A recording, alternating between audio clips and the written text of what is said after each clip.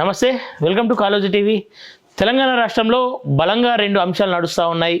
ఒకటి, కేటీఆర్ ఎప్పుడు అరెస్ట్ అవుతాడు, దాంతోపాటు ఎస్సీ వర్గీకరణ పైన కూడా బలంగా చర్చలు నడుస్తూ ఉన్నటువంటి సందర్భం. అయితే దానిపైన ప్రస్తుతం మాట్లాడడానికి మనతో పాటు తెలంగాణ పృథ్వీరాజ్ అన్న ఉన్నాడు. ఒకసారి ఆయనతో మాట్లాడదాం. అన్న నమస్తే. నమస్తే. జై తెలంగాణ. అన్న జై తెలంగాణ. అన్న, మొదట కేటీఆర్ అరెస్ట్ పైన తెలంగాణ రాష్ట్రం అంతా కూడా ఎదురు చూస్తూ ఉంది, అరెస్ట్ అయితే కాడా అని చెప్పేసి. కోర్టు కూడా 2 సార్లు స్టే విధించింది. ఈ కేటీఆర్ అరెస్ట్ అయ్యే అవకాశాలు ఏమైనా కనిపిస్తూ ఉన్నాయన్నా?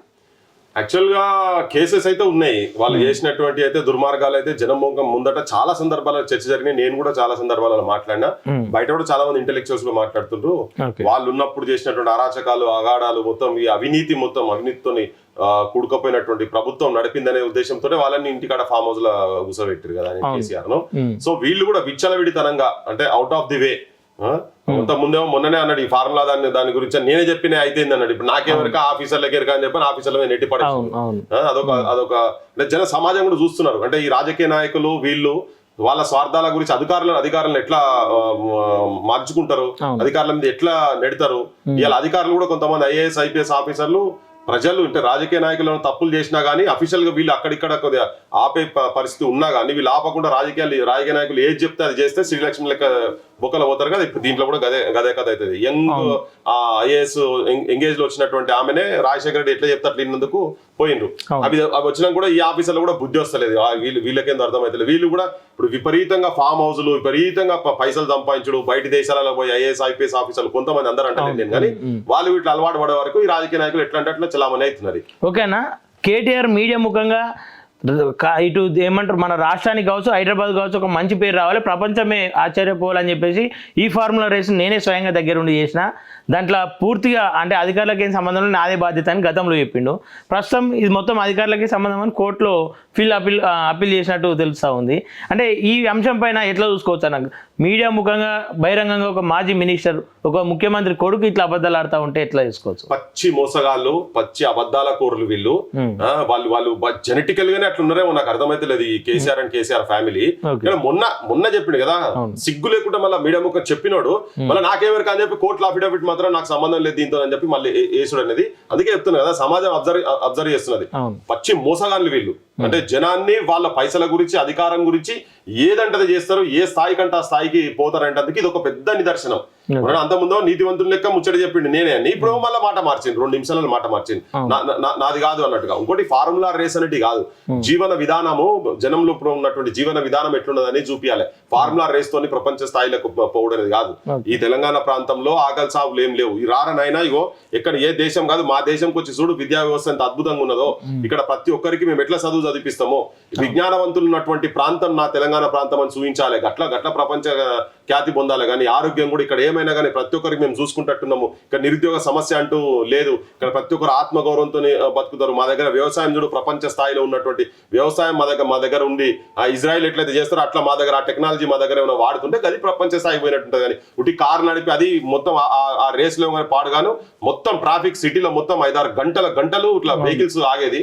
తిట్టనోళ్ళు లేరు వీళ్ళని అసలు. హైదరాబాద్ లో కూడా ఆ రేసులు జరిగే టైంలలో అటువంటి వాటి మీద కాదు కదా చూపించేది. ఈయన ఏంటంటే అక్కడ పోయి బర్ముడా లాగులు, బకాటి బీర్లు కల్చర్ గా తినేది మొత్తం అమెరికాలో పోయి చదువుకొని వచ్చింది కదా, అది చూసి ప్రపంచమే అదే అనుకుంటున్నారు. ఆ కార్లు తిరిగితే చాలని అనుకుంటున్నారు. కానీ అట్లా కాదు, చాలా పారామీటర్స్ ఉన్నాయి. స్పోర్ట్స్ సైడ్ ఉన్నారు ఆ జనం. స్పోర్ట్స్ ఒలింపిక్ లో ఎన్ని మెడల్స్ వచ్చినాయి, దాంట్లో తెలంగాణ భాగస్వామ్యం ఏమున్నది, ఏషియన్ గేమ్స్ లో ఎట్లా ఉన్నది, వరల్డ్ రికార్డ్స్ ఏమైనా తీసుకొచ్చిండ్రా, దానికి వీళ్ళ పాత్ర ఏమన్నా ఉన్నదా తీసుకొచ్చే దాంట్లో, వీళ్ళ ఫెసిలిటీస్ ఇచ్చిండ్రా, వాళ్ళకి ఎంకరేజ్మెంట్ ఉన్నదా, వాళ్ళకి ఆ ఫుడ్ పెడుతున్నారా లేదా అని. గత ప్రభుత్వంలో బడులు మొత్తం 5,000 పైన బడులు వాళ్ళే బంద్ చేసిన ఘనత గొప్ప చరిత్ర ప్రపంచ స్థాయిలో ఎక్కడ ఉండదు. ఆఫ్ఘనిస్తాన్లు, క్యూబాలు అటువంటి స్టేజ్ల, ఆఫ్ఘనిస్తాన్లు, పాకిస్తాన్లు, బంగ్లాదేశ్ లో కూడా ఇంత దరిద్రమైనటువంటి సిచ్యువేషన్ లేకుండా ఉండాలి. వీళ్ళు మాత్రం ఆ పరిస్థితి తీసుకొని పోయారు. అక్కడ చూడాలి ప్రపంచ ఖ్యాతి ఎట్లా ఉన్నది. నీతివంతమైన సమాజాన్ని నిర్మించే దాంట్లో అవల్ స్థానంలో టాప్ లో ఉండాలి. అటువంటి వాళ్ళు ఉండాలి. కానీ శాస్త్రవేత్తలను తయారు చేసే దాంట్లో ఉండాలి. ఇదే చెత్త తాగుబోతులను తయారు చేసి మొత్తం రోడ్ల మీద మొత్తం వైన్ షాపులు పెట్టి ప్రతి ఒక్కరిని అడ్డమైన తాగుడు గంజాయికి అలవాటు చేసినటువంటి బ్యాచ్ వీళ్ళది. KCR and KCR family control చేయలేదు కదా. అవునవును. ఓకే అన్న, ఇటు అధికారులు కావచ్చు, అటు రాజకీయ నేతలకు దోచిపెడుతూ అధికారులు దోసుకు తింటా ఉన్నారు. తెలంగాణ ఆస్తిని, తెలంగాణ ఆస్తులన్నింటినీ కూడా కూడబెట్టుకునే స్థితికి వచ్చింది ఈరోజు. ఒక తెలంగాణ పౌరునిగా, ఒక తెలంగాణ వాదిగా ఏం చెప్పదలుచుకున్నావు అధికారులకు, అట్లాంటి అధికారులకు? ఫస్ట్ ఏంటంటే ప్రస్తుతం ఉన్న గవర్నమెంట్ కి నేను రిక్వెస్ట్ చేసేది అంటే తెలంగాణ ప్రజల పక్షాల కావచ్చు, నా వ్యక్తిగత మా పక్షాల కావచ్చు, ఏంటంటే ఎవరెవరైతే అవినీతి చేశారో గత ప్రభుత్వంలో ఉన్న వాళ్ళందరినీ ఫస్ట్ వాళ్ళ మీద ప్రాపర్ గా, ఇప్పటికే సంవత్సరం దాటిపోయింది, అది చాలా డిలే చేస్తున్నారు మీరు. ఇంత వ్యవస్థ మొత్తం మీ చేతులు ఉన్న తర్వాత ఇప్పటికే వీళ్ళందరినీ నంబర్ల మీద తీసుకొని బొక్కల వారాల్సిన అవసరం ఉన్నది. కొంతమంది ఆఫీసర్లు అయితే మీరు బదనాం ఉన్నటువంటి ఆఫీసర్లు, గతంలో మీరే చెప్పినటువంటి ఆఫీసర్లు, వాళ్ళందరినీ మీరు సంకలం పెట్టుకొని తిరుగుతారు. విదేశాల పోతారు, ఏడ చూసినా మళ్ళీ వాళ్ళే సేమ్ శాంతిలు కనబడుతున్నాయి. ఇప్పుడు జనం కూడా ఏమనిపిస్తుంది అంటే మీరు అంత ఒకటే వాళ్ళకి సంపాదించి పెట్టిన అధికారులు ఇప్పుడు మళ్ళీ మీకు సంపాదించి పెడుతున్నారనే కాడికే వస్తున్నది తప్ప, ఈ ప్రభుత్వం నిజంగా చిత్తశుద్ధి ఉంటే, ప్రజాపక్షాన కనుక మీరుండి నిజమైన ప్రజాపాలన కనుక మీరు అనేది ఉండేది ఉంటే, వాళ్ళు ఇప్పటిదాకా అవినీతి తోటి సంపాదించిన పైసలను బయటికి కక్కియాలి, ఆ జనక్షేత్రంలో తీసుకొచ్చి ముంగడ పెట్టాల్సిన అవసరం ఉన్నది. ఆ భూముల విషయంలో కూడా రాహుల్ గాంధీ కూడా గతంలో ప్రకటన చేసాడు, మేము అవన్నీ తీసుకుంటాం, మొత్తము తీసుకొని మళ్ళీ ప్రజలకు పంచుతాం మేమని చెప్పని. అదే అక్కడ మాత్రం ఏది కూడా ఆ సైడ్ లో మీరు పనిచేస్తున్నట్టే మాత్రం కనబడతలేదు. సో అందుకని ఏంటంటే వెంటనే ఎవరెవరైతే పందికొక్కులు లెక్క దుర్మార్గులు లెక్క వీళ్ళైతే తిన్నారో పైసలన్నీ, ప్రజల పైసలు ప్రజల సొమ్ము దీని ఇలా వందల వేల కోట్లకు ఎదిగి వాళ్ళకి చాలా చిన్న సమస్య. ఆయన అంటాడు 55 కోట్ల రూపాయలు ఏందా అంటాడు. 55 కోట్లు అంటే ఏంటిది, అది పైసలా ఏందది అంటే ఇంత సులకనగా మాట్లాడుతున్నాడు కేటీఆర్. అంటే వాళ్ళకి పెద్ద పైసలు కావన్నీ.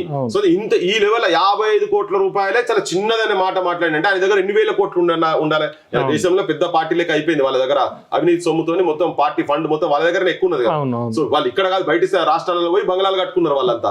సో ఈ సొమ్మంతా ప్రస్తుతం ఉన్నటువంటి ప్రభుత్వము వీళ్ళు కక్కియాల్సిన అవసరం ఉన్నది. కానీ వీళ్ళు వాళ్ళంతా ములాఖాత్ అవుతున్నారేమో అని మళ్ళీ కూడా జనానికి కూడా డౌట్ వస్తుంది.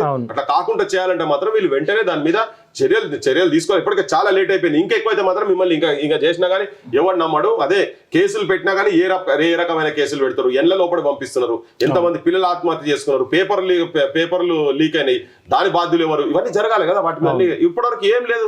ఎక్కడ వేసిన గొంగడు అక్కడే ఉన్న సంవత్సరం అయింది. ఉట్టిగా పేపర్ల ప్రకటనలు ఇటు అటు నడుస్తూనే ఉన్నది. ఇక అరెస్ట్ అవుతారని మరి వాళ్ళు ఏమైనా ములాఖాతే అరే నువ్వు కోర్టుకు పోయినట్టు చేయరా, నేను అన్నట్టు చేస్తా, నువ్వు కోర్టు పోయినట్టు చేసి కోర్టు నుంచి నువ్వు రిలీఫ్ తీసుకొచ్చుకో అంటే అట్లా ఏమైనా జరుగుతుందా? ఇవన్నీ జనానికి డౌట్స్ వస్తున్నాయి. అటువంటి జరగకుండా ఉండాలంటే మాత్రం మీరు నిజాయితీగా పనిచేస్తేనే అవి పోతాయి, లేకపోతే నివృత్తి కావవి జనం లోపల. ఇంకా మీరు కూడా ఇదంతా సేమ్ గ్యాంగ్ అనే కాడికి వచ్చేసేస్తా. ఓకేనా? రేవంత్ రెడ్డి మీకు చాలా బాగా క్లోజ్ గా తెలుసు. రేవంత్ రెడ్డికి ఆ దమ్ముంది అనుకుంటారు అన్న, కేటీఆర్ అరెస్ట్ చేసే దమ్ముందా? ఇక అవన్నీ గిన్నెలెత్తుంది కానీ ఆయన ఒక ముఖ్యమంత్రి స్థాయిలో చేయాల్సినే. గతంలో ఆయన జనం లోపల చెప్పిండు కదా, అదంతా చెప్పిండు. నేను చేస్తా అన్నాడు, బొక్కలు వారేస్తా అన్నాడు, ముసలు లెక్క పెడతా అన్నాడు, సలాకాల లోపల పంపిస్తా అన్నాడు, శిప్పకూడ అన్నాడు, చాలా విషయాలు చెప్పిండు కదా ముఖ్యమంత్రి. ఇప్పుడు ఆ స్థాయిలో పోయినప్పుడు చేయాల్సిన బాధ్యత దాని మీద ఉన్నది. ప్రజలకు ఇచ్చినటువంటి మాట కదా అది, ప్రజలకు ఇచ్చినటువంటి వాగ్దానం కదా. ఇలా దాని కళ్ళకు కట్టినట్టుగా కాళేశ్వరం కుంగింది కదా. ఏవి కూడా ఎప్పుడో స్వతంత్రం కన్నా ముందొచ్చి కట్టినటువంటి ఇప్పుడు ట్యాంక్ బండ్ ఉన్నది. రోజు వేలు లక్షలాది వెహికల్స్ పోతా ఉంటాయి. అటువంటిదే ఇప్పటిదాకా చెక్కు చెదరలేదు. ఇప్పటిదాకా చాలా ఫుల్ ట్యాంక్ లెవెల్ వచ్చినది. ఇది నువ్వు 2 సంవత్సరాలు కూడా కాలే, మొత్తం పంప్ హౌజులు మునుగుతాయి, అది కట్టిన బ్రిడ్జ్ కిందికి పోతుంది, 1,00,000 కోట్ల రూపాయలకు పైన జనం కనిపించింది కదా. ఇప్పటిదాకా దాని మీద యాక్షన్ లేదు. పర్రెలు పడితే పర్రెలు మరి వీటి కూడా పడలే కదా. ఎక్కడెక్కడో పెద్ద ఉస్మాన్ సాగర్, హుసేన్ సాగర్, హిమాయత్ సాగర్ ఇవన్నీ ఎప్పుడో కట్టినటువంటి వాటికి ఏం కాలే, ఆ స్ట్రక్చర్లకి ఏం కాదు. దీనికి ఎందుకైంది? అవినీతి చేసింది కాబట్టి జరిగింది. ఇది కళ్ళకు కనబడ్డది కదా. ఇట్లా తెలియని ప్రతి డిపార్ట్మెంట్లలో వీళ్ళు వైట్ పేపర్స్ అని తీసి ముంగడ పెట్టి ఏ డిపార్ట్మెంట్ లో ఏమేమి జరిగినాయి అవన్నిటి మీద ఎవరు దానికి బాధ్యులు ఎవరు ఏందనేది ఆఫీసర్లు కావచ్చు, ఏంది వాళ్ళందరినీ అయితే తీసి బొక్కల వాడన్నా లేదా, ఇంత అవినీతి ఎట్లా జరిగింది ఇందని. అవినీతిలో కుడుకపోయిన తెలంగాణ మొత్తం సర్వనాశనం చేసేసారు గత ప్రభుత్వం పాలకులు, కేటీఆర్ అండ్ ఫ్యామిలీ. ఇప్పుడు వీళ్ళు వచ్చిన తర్వాత దాని మీద యాక్షన్ తీసుకోవాలి కదా. యాక్షన్ తీసుకోవాలి ముఖ్యమంత్రిగా. నిన్ను ఎవడాపుతాను, నీ ప్రజలు నిన్ను అవన్నీ వినే కదా నిన్ను ఆ గద్దె మీద కూర్చోబెట్టింది. నువ్వు ఇవన్నీ చేస్తావు, ప్రజాధనాన్ని మళ్ళా ప్రజలకు ఉపయోగిస్తావు. ఇలా ధరణిలో మొత్తం కుంభకోణం 1,00,000 కోట్ల కన్నా పైన కాదు, 1,00,000 కోట్లు చాలా చిన్నదని చెప్తున్నారు. ఆఫీసర్ ఎంక్వైరీ చేసి మరి అది ఏం జరుగుతుందో ఏం తెలియదు. మరి ఈ లోపల వాళ్ళని అరెస్ట్ చేస్తలేరు. అమయ్ కుమార్ పెద్ద కుంభకోణం కదా.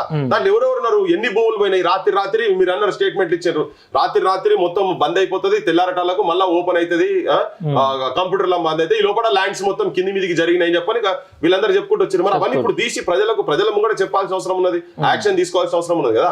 ముఖ్యమంత్రిగా తన ప్రజలకు ఇచ్చినటువంటి వాగ్దానాలు కావచ్చు, తన మేనిఫెస్టోలో పెట్టినవి కావచ్చు, ఓవరాల్ గా చెప్పినటువంటి ఉపన్యాసాలు చెప్పినటువంటి కూడా ఆయన అమలు చేయాల్సిన బాధ్యత ఆయన మీద ఉన్నది. అమలు చేయాల్సిన అవసరం ఉన్నది. లాలుచికి పోయి నువ్వు 1,00,000 కోట్లలో 20,000 కోట్లు సంపాదించినావు కదా, నాకు 10 నేను సభ్య ఊకుంటా అన్నట్టు చేస్తే మాత్రం జనం ఉన్నారు, జనం తిరగబడతారు, జనం నిన్ను కూడా అడుగుతారు. అది మాత్రం జరగకుండా చూసుకోవాల్సిన బాధ్యత. ఓకే అన్న, ఓకే. ఇప్పుడు ఈ అంశాన్ని కేటీఆర్ అరెస్ట్ అంశాన్ని పక్కన పెడితే మాదిగల గొడవగా మారింది ఏదైతే వర్గీకరణ ఉందో, ఆ వర్గీకరణ 57 ఉపకులాలు ఈ మధ్యకాలంలో బయటకు వస్తూ ఉన్నాయి. ఈ మధ్యకాలంలో మాల మేధావులతో కావచ్చు, మాదిగ నాయకులతో కావచ్చు మీరు మాట్లాడిన సందర్భాలు ఉన్నాయి. మొన్ననే ఏదో మీటింగ్లో కూడా పాల్గొన్నారు కదా, ఏం చర్చించారన్న? అంటే బీసీలతో స్వయంగా మాట్లాడే ప్రయత్నం చేస్తున్నారు, ఏమంటా ఉన్నారు వాళ్ళు మాదిగలు? మాదిగా ఎంఆర్పిఎస్ మూవ్మెంట్ స్టార్ట్ అయ్యి 30 ఏళ్ళు అయింది. సో వాళ్ళు ఏంటంటే ఒక కొలిక్ వచ్చింది, మాకు ఒక జడ్జిమెంట్ వచ్చింది. దానికి సపోర్ట్ గా, వర్గీకరణకు సపోర్ట్ గా మాదిగా ఉపకులాలకు అన్యాయం జరుగుతున్నది అనే వాదనతోని ఇక్కడ మూవ్మెంట్స్ జరిగినాయి.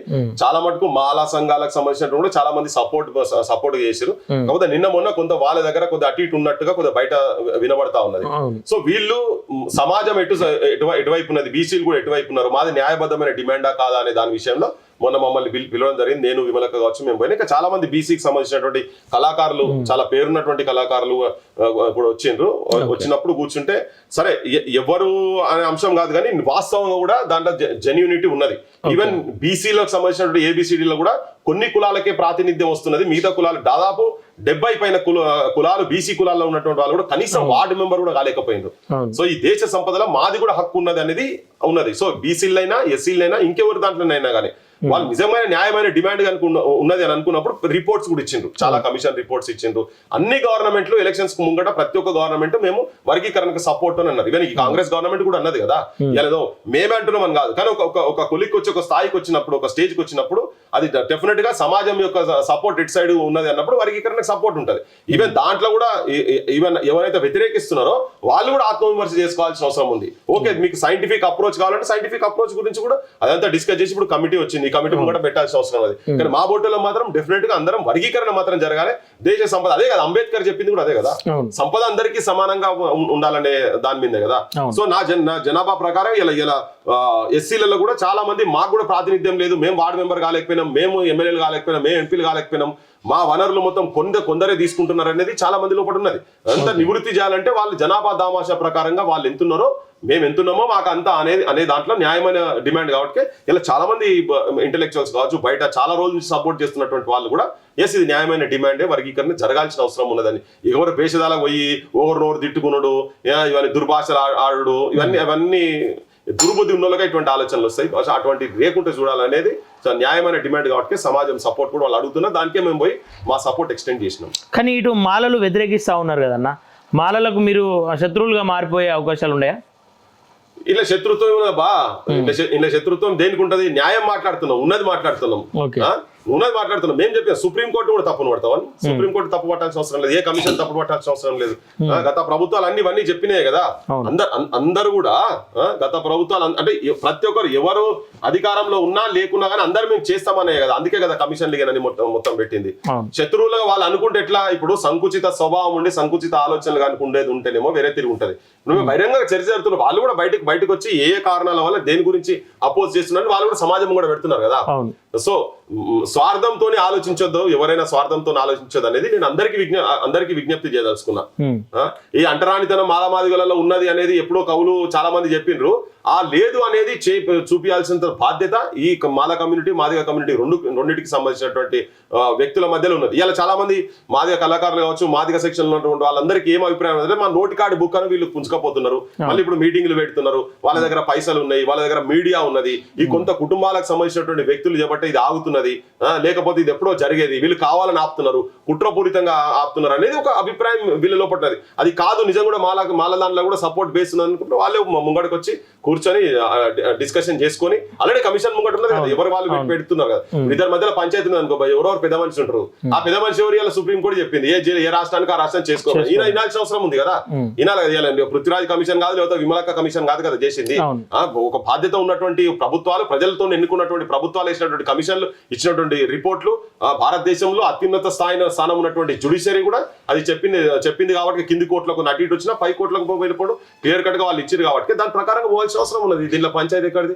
ఎవరికైనా కంటకం ఉంటే అది కూడా వాళ్ళు ఆత్మవిమర్శ చేసుకోవాలి, అందరూ ఒక తీరు ఉండరు కదా. ఓకేనా, మాలలు కూడా ఏమంటా ఉన్నారంటే ఒకవేళ రిజర్వేషన్ ఈ వర్గీకరణ ఏదైతే ఉందో సుప్రీంకోర్టు ఆ నిర్ణయాన్ని తప్పుపట్టడం లేదు, కానీ అలా క్రిమి లేయర్ అనేది ఉంది కాబట్టి మేము దానికి వ్యతిరేకిస్తూ ఉన్నాం. అలాగే కొంతమంది మాదిగలు కూడా దానికి అపోజ్ చేస్తూ ఉన్నారు. వాళ్ళు ఆర్ఎస్ ప్రవీణ్ కుమార్ ఉదాహరణకు తీసుకుంటే విశారదార్ మహారాజ్ కూడా ఏ రోజు కూడా వీళ్ళకి మద్దతు తెలుపుతున్నట్టు బయటకు వచ్చినటువంటి సందర్భాలు లేవు. అందుకోసమే బీసీలను కలుపుకొని మీడియాను కలుపుకొని వెళ్ళే ప్రయత్నం చేస్తూ ఉన్నారు. వీళ్ళు మద్దతు తెలిపద్దు, ఇదని అడ్డుకొని తీరుతాం మేము ఖచ్చితంగా అని మాలలు అంటూ ఉన్నారు కదా. ఏది అనుకున్నా ఇప్పుడు వాళ్ళ వ్యక్తిగత అభిప్రాయాలు ఒక్కొక్కరి వీళ్ళందరికన్నా ఎబోవ్ కదా ఈ కోర్టులు కూడా. మరి ఇవన్నీ వీళ్ళు ఇంప్లీడ్ అయ్యి మొదలై మీరు పెట్టకండి, వాళ్ళకు ఉన్నటువంటి డౌట్స్ ఏవైతున్నాయో వాళ్ళ ఆ కేసులలో ఇంప్లీడ్ కనుక అయ్యి కొట్లాడేది ఉంటే వేరే తిరుగుంటుండే కదా. మరి వీళ్ళందరూ ఇప్పుడు మాట్లాడుతున్నారు కదా అవన్నీ జడ్జిమెంట్లు అట్లున్నాయి ఇట్లున్నాయి అని చెప్పని ఇవన్నీ మాట్లాడుతున్నారు కదా. అవన్నీ కాదు, ఫస్ట్ అయితే నువ్వు వర్గీకరణ అనేది అయితే ఫస్ట్ కోర్టు నుంచి అయితే వచ్చిందో దాని అమలు కానీ తర్వాత ఇంకా మీ డౌట్స్ ఏవైతున్నాయో దాన్ని మళ్ళీ కోర్టులలో పోతారో ఇంకా ఏడు పోతారో పోండి. అదే సెక్షన్ లకి వెళ్ళి వ్యతిరేకిస్తున్నారంటే ఇప్పుడు ఎట్లుంటదంటే కొంతమంది పార్టీలకు అండర్ గా ఉన్నటువంటి వాళ్ళు ఉన్నారు అనుకో, ఆ పార్టీ స్టాండ్ ఏది ఉన్నదో వాళ్ళకి అదే మాట్లాడతారు. ఇప్పుడు అదే దరిద్రం, అదే దౌర్భాగ్యం ఈ సమాజంలో అదే నడుస్తున్నది. ఇలా బీ సంఘాలు ఇవాళ ఒక మాట మాట్లాడుతుంది ఒక రాజకీయ పార్టీలు ఉన్నప్పుడు, ఆ రాజకీయ పార్టీ అమలు చేయకుండా మళ్ళీ అపోజిషన్ కి వచ్చినప్పుడు నువ్వు అన్నవుగా నువ్వు చేయలేదు కానీ ఈయన చేయడు, చేస్తూనే మళ్ళీ క్వశ్చన్ చేసాడు. ఇవన్నీ ఉంటాయి. సో ఇవన్నీ ఏంటంటే పార్టీ అండర్ లో ఉన్నటువంటి నాయకత్వం ఎప్పుడు వాళ్ళ పార్టీని దాటిపోదు కాబట్టి నడుస్తుంది. సమాజ హితంగా మాట్లాడినప్పుడు మాత్రం ఏ సమాజంకి అయితే వాళ్ళకు నష్టం జరుగుతుందో హాని జరుగుతుందో వాళ్ళు ఎప్పుడు బయటకు వచ్చి కొట్లాడతారు, దానికైనా కొట్లాడతారు. ఇప్పుడు ఓకే అన్న, ఫైనల్ గా అయితే ఈ వర్గీకరణకు మీరు మద్దతు తెలుపుతా ఉన్నారా? బరాబర్ మద్దతు తెలుపుతా. నేను కదా బా సుప్రీంకోర్టు చెప్పింది కదా, సుప్రీంకోర్టు చెప్పినప్పుడు అంబేద్కర్ కూడా అదే చెప్పిండు కదా, దేశ సంపద అందరికి సమానంగా కావాలని చెప్పిండు. అది జనాభా దామాషా ప్రకారంగా తను అన్నాడు స్వాతంత్రం కన్నా ముందు నా వర్గాలకు నాకేమొస్తుందో చెప్పు అని చెప్పిండు. మొదలే బ్రిటిష్ వాళ్ళ దగ్గర కూర్చొని నా వాళ్ళకి ఏంది చెప్పు అని చెప్పాలి. ఇప్పుడు అదే జరుగుతున్నది కదా. ఇప్పుడు ఏంది ఇప్పుడు మా వర్గాలకు అన్యాయం జరుగుతున్నది ఏందని దానికే కమిషన్ లేచింది కదా. ఏ రాజకీయ పార్టీ అనలే చెప్పు నువ్వు మా వర్గీకరణకు సపోర్ట్ లేం మేమని చెప్పి ఏ రాజకీయ పార్టీ ఎలక్షన్ లకు వచ్చింది చెప్పండి? ఏ రాజకీయ పార్టీ రాలేదు కదా. ఎందుకంటే న్యాయమైన డిమాండ్ అని వాళ్ళకు కూడా ఎరికే. సో సమాజం మొత్తం డెఫినెట్ గా వర్గీకరణకు సైడ్ సపోర్ట్ గా ఉండాల్సిన అవసరం ఉంది. ఇలా మేము కూడా అందుకనే స్టాండ్ తీసుకుంటున్నాం. ఎందుకంటే ఇది 11th అవర్ కాబట్టి ఎస్ సమాజం ఎటుపక్షంలో కొందరు నచ్చకపోవచ్చు, బట్ అది మ్యాటర్ కాదు. ఆంధ్ర తెలంగాణ పంచాయతీ జరిగినప్పుడు కొంతమందికి నచ్చలేదు. మా దగ్గర పైసలు ఉన్నాయి, మా దగ్గర పలుకుబడి ఉన్నది, మేము పైరేవులు చేయగలుగుతాం, మాకు సంబంధాలు ఉన్నాయి దేశ రాజకీయాలలో, మేము దేశం మొత్తం మేము పైసలు పెట్టి మేము మీకు ఎలక్షన్లకు ఫండింగ్ చేస్తామంటే కూడా ఆగలే కదా. ప్రజా పోరాటాలు ఉన్నప్పుడు న్యాయమైన డిమాండ్ ఉన్నప్పుడు ఆగదు, ఎక్కడ కూడా ఆగదు. ఇది కూడా అట్లనే ఉంటది. అల్ల వాస్తవం ఉన్నదని అందరు చెప్తున్నారు కదా. తెలంగాణ విషయంలో first Fazal Ali commission clear cut గా చెప్పింది, ఇది కలపొద్దు, హైదరాబాద్ ఆంధ్ర స్టేట్ ని మీరు కలపొద్దు అని చెప్పింది. అయినా కానీ కలిపింది కదా. కలిపిన తర్వాత కూడా ఆర్టికల్ 3 ప్రకారంగా అంబేద్కర్ పెట్టిన దాని ప్రకారంగానే కదా జరిగింది. ఇప్పుడు అంబేద్కర్ కూడా అదే కదా సమానంగా చెప్పిండు. ఇలా వీళ్ళు కాదన్న అంబేద్కర్ కాదన్నట్టు ఒకవేళ జరిగితే అంబేద్కర్ ఏదైతే సమానంగా దేశ సంపద పంచుకోవాలనుకుంటుండో అంబేద్కర్ కాదంటున్నట్టే మీరు అట్లయితే కాదు కదా. సో అన్ని కమిషన్లు చెప్పిన అన్ని చెప్తున్నాయి కదా. ఎవరో 4-10 మంది జమ అయ్యి ఇట్లా అట్లా అంటే కుదరదు. అన్ని రాసి ఉన్నాయి, అన్ని దానికి ఉన్నది. ఆ సుప్రీంకోర్టు జడ్జిమెంట్ ఇచ్చింది కాబట్టి దాన్ని ఫాలో కావాల్సిన అవసరం ఉంది. అందుకని అందరం ఫాలో కావాలి. దానిలో న్యాయబద్ధమైన డిమాండ్ ఉంది, మేము నష్టపోతున్నాము అనుకున్నప్పుడు వాళ్ళకి నష్టం కాకుండా చూడాల్సిన బాధ్యత ప్రభుత్వాల మీద ఉన్నది, ప్రజల మీద ఉన్నది, ప్రజా సంఘాల మీద ఉన్నది, డిఫరెంట్ కులాల మీద ఉన్నది, యావత్ సమాజం మీద ఉన్నది. కాబట్టి మేము మాట్లాడాలి. ఓకే అన్న, మాలలో ఎవరైనా మాట్లాడే ప్రయత్నం చేసిరా మీతో? ఇప్పటివరకు అయితే ఏం జరగలేదు. నా స్టాండ్ ఫస్ట్ నుంచి ఉంది. అంటే మేము ఇంటర్నల్ గా నాకున్న పరిచయాల దగ్గర చర్చ చేస్తూనే ఉంటాం. కొంతమంది ఎస్ జరగాల్సింది అని చెప్పి కొంతమంది అట్టనే ఉన్నారు, కానీ బహిరంగంగా మాట్లాడతలేరు. బహిరంగంగా వచ్చి ఒకవేళ ఉన్నదనుకో బహిరంగ కొంతమంది మాట్లాడొచ్చు. ఉద్యమాలలో కూడా బహిరంగంగా వచ్చి కనుక వీళ్ళ సైడ్ సంఘీభావం చెప్పేటువంటి స్థితి కూడా కొంతమంది లోపల ఉంది. వాళ్ళు కూడా వచ్చి బయటకు వస్తే మాట్లాడితే మంచిదే. ఇంటర్నల్ గా మాట్లాడినప్పుడు అది జరగాల్సిందే, అనవసరమైన అంశం అని చెప్పని అంటున్నారు. కానీ బహిరంగంగా వచ్చినప్పుడు మరి భయపడుతుర్రో కొంతమంది తెలియదు, కానీ మళ్ళీ మాలల దగ్గర కంట అవుతాం అనుకుంటారేమో తెలియదు. మాలలు మద్దతుగా ఉన్నాం కానీ మాతో మాట్లాడే ప్రయత్నం చేస్తలేదు మందకృష్ణ మాదిగ. బీసీలను కలుపుకోవే అంత టైం ఉన్న మందకృష్ణ మాదిగ మాలలతో ఎందుకు మాట్లాడతలేడు అని చెప్పి చెప్తా ఉన్నారు. నాకు తెలిసి వాళ్ళ మధ్యలో చాలా సందర్భాలలో చాలా చర్చలు జరిగినాయి, కొంత రాతపూతల పని కూడా జరిగింది. ఇది ఇంకా క్లియర్ గా చెప్తా మదకృష్ణ గారు అడిగితే ఆయన చెప్తాడు. వాళ్ళ ఎంఆర్పిఎస్ మూవ్మెంట్ సంబంధించిన వాళ్ళు ఇంకెవరున్నా చెప్తారు దాని విషయంలో. వాళ్ళ మధ్యలో ఓడంబడికలు జరిగినాయి. కోర్టు నిర్ణయం ఎట్లా వస్తే అట్లా మేము వెంబడి ఉంటామని చెప్పి అన్నారు అని కూడా జరిగింది. రిటర్న్ ఓరల్ కాదు, రిటర్న్ కూడా జరిగినాయి. సబ్జెక్టు కరెక్షన్ కానీ నాకు తెలిసిన మటుకైతే అది ఉన్నది. సో ఒకవేళ అది వచ్చిన తర్వాత వీళ్ళు మళ్ళీ వెనక పోతున్నారు అనేది ఉన్నది. ఒకవేళ అట్లా జరుగుతలేదు అనుకుందాం, వీళ్ళేమని మాలా మేధావులే పోయి ఎంఆర్పిఎస్ ఉద్యమకారుల దగ్గర పోండి, వాళ్ళు కూడా పోవచ్చు కదా, వాళ్ళు మమ్మల్ని వచ్చి అడుగుతలేరు అన్నప్పుడు మీరే పోండి, అది ఏమున్నదల్లా పెద్దరికంతో పోండి. ఎవరు దీంట్లో పంచాయతీ ఉన్నది? నువ్వు బీసీల దగ్గరికి ఎందుకు పోతున్నావు? అరే ఎవరి దగ్గరకైనా పోతారు భయ్, కష్టం ఉన్నాడు, నాకు ఆకలి అయింది భయ్ అన్నం పెట్టరు అని చెప్పి నువ్వు దగ్గరకు పోతావు, నువ్వు ఆడికి ఎందుకు పోతావు, నువ్వు పెట్టావు, నేను ఇంకో దగ్గర నువ్వు ఎట్లా పోతావు అన్నట్టు ఉన్నది ముచ్చట. మీరే పోండి మేధావులుగా, మీరు పోండి పోండి, మాకేం పని పోండి, మేము మాట్లాడకుండా మేము మాట్లాడతాం. సమాజం అన్నప్పుడు అందరు కలిసి ఉంటారు కాబట్టి నువ్వు బీసీల దగ్గరికి ఎందుకు పోయావు, నువ్వు ఎస్సీల దగ్గరికి రావాలి, నువ్వు ఎస్టీల దగ్గరికి పోయినావు అనేది ఉండదు. అది అట్లా ఆలోచించకండి. అట్లా ఆలోచిస్తే మీరు చాలా సంకుచితంగా ఉన్నట్టు, మీరంతా చాలా సంకుచితంగా ఉన్నట్టు. అట్లా ఆలోచించదు, ఒక బ్రాడ్ పర్స్పెక్టివ్ ఉండాలి. పెద్ద పెద్ద మూమెంట్స్కి వెళ్ళి వచ్చిండ్రు, తెలంగాణ సమాజమే డిఫరెంట్ మూమెంట్స్ తోటి ప్రతి ఒక్కరిని ఇన్వాల్వ్ చేసినది కాబట్టి నువ్వు వాళ్ళ దగ్గరికి ఎందుకు పోయినావు, బీసీల దగ్గరికి ఎందుకు, అట్లా ఆలోచించదు. అట్లా ఎప్పుడు అట్లా ఆలోచిస్తే చిన్నగా ఉంటారు మీరు. ఈ వర్గాలను ఏదో మీరు పక్కకు పెట్టి మేమేం చూసుకుంటామనే లెక్క కాదు కదా. ఒక సమస్య ఉన్నప్పుడు అందరం కలిసి కొట్లాడాల్సిన అవసరం ఉంది. అందరం స్పందిస్తాం. మనం ఇదే సమాజంలో ఉన్నాం. మీ లెక్క మీరు ఆ జాతిలో పుట్టిన, మేము ఇంకో జాతిలో పుట్టినాం కావచ్చు, మనుషుల లెక్కనే పుట్టినాం కదా. మానవత్వం అనేది అందరికన్నా ఇంపార్టెంట్, అన్నిటికన్నా ఇంపార్టెంట్, అది అవల్ స్థానంలో ఉంటుంది. ఆడపోయి నువ్వు బేసిజాలు తీసుకొచ్చేటట్టుగా అటు పోయినా ఇటు పోయినా అనేది అది ఎవరైనా మాట్లాడితే కూడా తప్పే అవుతుంది. అట్లా మాట్లాడితే వాళ్ళు కూడా ఆత్మవిమర్శ చేసుకోవాలి. సమాజంలో చాలా సమస్యల మీద చాలా మందిని చాలా రకాలుగా ఇలా ఎక్కడ దళితులకు ఏం ఇష్యూస్ జరిగినా ఏమున్నా కానీ అందరం కలిసి కొట్లాడుతున్నాం కదా. లేమా అందరం ఉన్నాం కదా. తెలంగాణ మూమెంట్ లో కూడా అందరం కలిసి కొట్లాడితేనే తెలంగాణ వచ్చింది. ఏ ఒక్క వర్గం అని కూడా కాదు కదా. కొందరు ఎక్కువ కొట్లాడచ్చు, కొందరు తక్కువ కొట్లాడచ్చు, కొందరు సాహిత్యంలో ఎక్కువ కాంట్రిబ్యూట్ చేయొచ్చు, కొందరు రాతల పాత్రికేయ రంగంలో కొందరు కాంట్రిబ్యూట్ చేయొచ్చు, అకాడమిక్స్ లో కొందరు కాంట్రిబ్యూట్ చేయొచ్చు. కానీ అందరు ఉన్నారు. కొందరు లట్టు పట్టుకొని రోడ్ల మీద తిరగచ్చు, కొందరు రాళ్ళు పట్టి కొట్టిన ఉన్నారు, కొందరు బస్సులు పెట్టినారు, అందరికి కౌంటర్ అయింది. కొందరు ఆత్మహత్యలు చేసుకున్నారు. అక్కడ కూడా ఇవన్నీ చెప్తే ఎట్లా? సమాజంలో అందరినీ కలుపుకొని వాళ్ళ దగ్గరికే వీళ్ళ దగ్గరికే నువ్వు డిఫరెన్సియేషన్ ఎందుకు? మీ ఆ పెద్దరిక మీరే చూపించండి. ఓన్లీ 15 మంది 20 మంది ఓన్లీ పోయి కూర్చొని మీకు డౌట్స్ ఏమున్నాయో చెప్పండి, మేము సపోర్ట్ ఉన్నామని చెప్పండి. మీరే బాహాటంగా బహిరంగంగా బయటకు వచ్చి ఎస్ బరాబరి జరగాలని చెప్పి మీరే ముందు పడండి. మా బట్టలు అవసరం కూడా ఉండదు కదా అప్పుడు. ఓకేనా, థ్యాంక్ యూ సో మచ్ అన్న. ఓకే, చూస్తున్నారు కదా, ఏదైతే వర్గీకరణకైతే బీసీల నుండి మా మద్దతు అయితే ఉంటుందని చెప్పి చెప్తా ఉన్నారు. ఆ తర్వాత రోజుల్లో మరి మాలలు ఏం ఫోన్ చేస్తారా, మరి ఏం చేస్తారా చూడాల్సిన అవసరం ఎంతైనా. దానికి గతంలోనే ఒప్పందాలు కూడా అయినాయి అని చెప్పేసి అటు మందకృష్ణ మాదిగ గతంలో చెప్పిండు, పృథ్వీరాజ్ అన్న కూడా అదే చెప్తుండు. సరే చూద్దాం ఏం జరగబోతా ఉంది. త్వరలో ఈ మధ్య కాలంలో కూడా 1,00,000 డప్పులు 1000 గొంతులు అని చెప్పేసి వాళ్ళ ప్రోగ్రాంలో అసలు విజయోత్సవ డప్పులు కొడతారో, సాగు డప్పు కొడతారో చూడాల్సిన అవసరం ఎంతైనా ఉంది. Thank you everyone.